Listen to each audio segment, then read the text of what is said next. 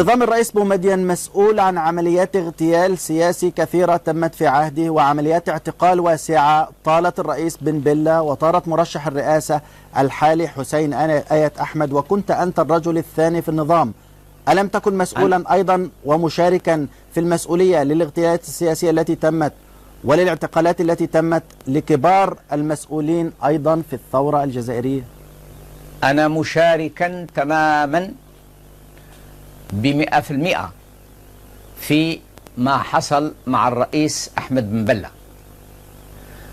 أما بالنسبة للأخ حسين آية أحمد فأعتقد أن هذا ملف خطير، حمل السلاح، ويوم ألقي القبض عليه كان يحمل السلاح وكان أمام محكمة عسكرية إلى غير ذلك. وأنا لا أريد أن أتطرق إلى موضوع كهذا، أعتبره أنه من تاريخ الجزائر، أتركه للمؤرخين.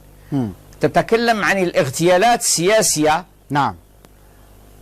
أنا كنت وزير خارجية لمدة 16 سنة.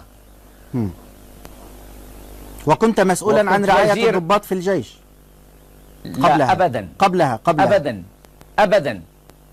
كنت ضابط في جيش التحرير، من بعد جيش التحرير دخلت لأول حكومة جزائرية، حكومة الاستقلال، كوزير شبيبة ورياضة وسياحة، وتم 6 شهور من بعد أصبحت وزير خارجية. لكن أيضا لم تكن مجرد وزير خارجية، كنت الرجل الثاني في النظام، أي المسؤول أيضا المشارك الرئيسي للرئيس بن بلة.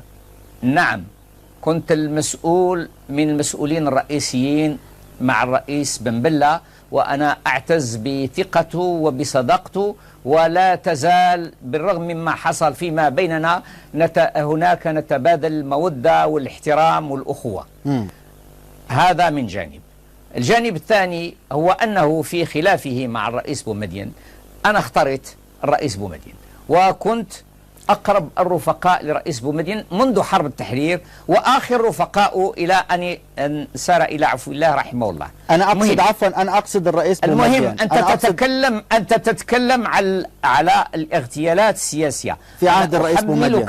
أنا أحملك أمام الرأي العام الجزائري، وأحملك أمام الرأي العام العربي، وأحملك أمام الرأي العام الدولي مسؤولية ما تقول.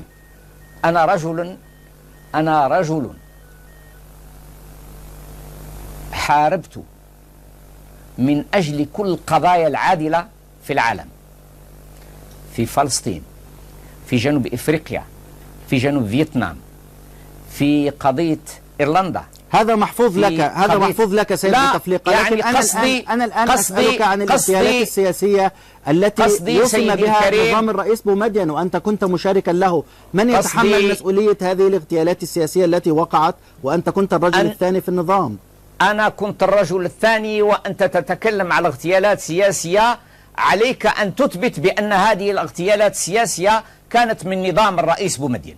أنا لست في وضع الإثبات، ولكن هذه أشياء منشورة عن اغتيال أحمد خميستي وكريم بالقاسم وعشرات آخرين. أرسل لي بعض المشاهدين رسائل تتضمن أسماءهم. فيعني إذا كان النظام وحمل نظام الرئيس بومدين مسؤولية هذه الاغتيالات، فأنت الآن إذا لم يحمل النظام هذه المسؤولية، من المسؤول عن هذه الاغتيالات لهؤلاء السياسيين التي تمت في عهد بومدين؟ سيدي الكريم، تفضل يا سيدي.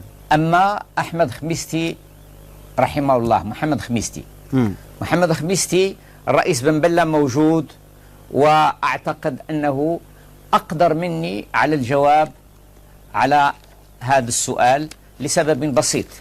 خميستي كان صديقي وهو صديق في نفس الوقت للرئيس بن بلة، وكنا في حكومة واحدة. والرئيس بن بلة أقدر مني للجواب على هذا الموضوع، والموضوع كان في الجزائر ومعروف تماما عند السلطات الجزائرية بدقة. وأنت تتكلم على أناس آخرين وتتهم نظام الرئيس بومدين بالاغتيالات السياسية. يا سيدي الكريم أن تثبت.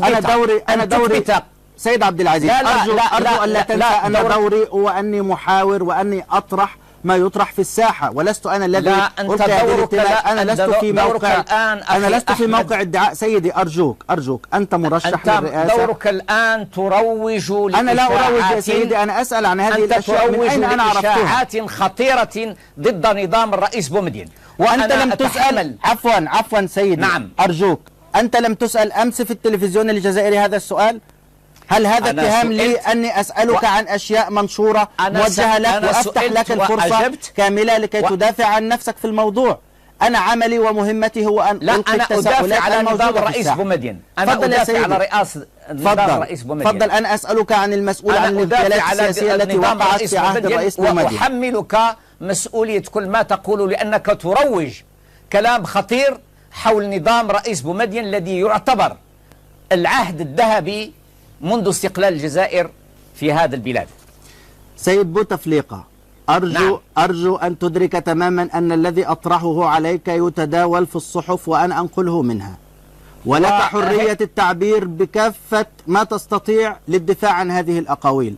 أما أن تتهمني أنا فأرجو أن تدرك أن هذا دوري، أن أطرح عليك ما يطرح عليك الآن من أشياء ومن اتهامات، ومن حقك أن تجيب عنها بكل حرية، لكن ليس هذا كلامي يا سيدي، ولكنه منشور في عشرات الصحف وفي عشرات المصادر الإعلامية. سيدي الكريم، إذا فضل. كانت عشرات الصحف التي تشير إليها تتكلم وحيا قرآنيا، فأنا مسلم للقرآن. لم نقل ذلك. لا، خلينا نتكلم. تفضل. أنا تركت لك الفرصة تتكلم. تفضل. طيب، إذا كان هذا قرآن منزل، أنا مستسلم ومسلم ولا حجة لي.